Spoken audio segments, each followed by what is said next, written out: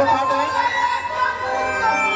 लड़की के पिताजी श्री आशुतोष जी की तरफ से 3000 रुपया और उस बच्ची की मम्मी की तरफ से 2100 रुपया।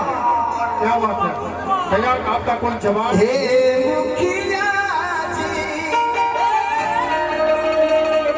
और देखिए मुखिया जी जो है आशुतोष जी के चाचा जी, अभी मुखिया जी मुखिया देखले नहीं थे। और देखिए हमारे ये जो मुखिया जी जो ग्राम प्रधान है श्री राम के, उस बच्ची के पापा हैं और आशुतोष जी के चाचा जी। क्या बात है, कम से कम जोरदार ताली होनी चाहिए भाई। मुखिया जी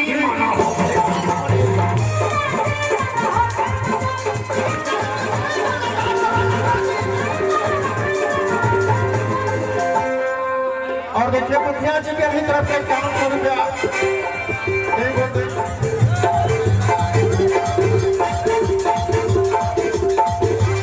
मुखिया जी देखो हम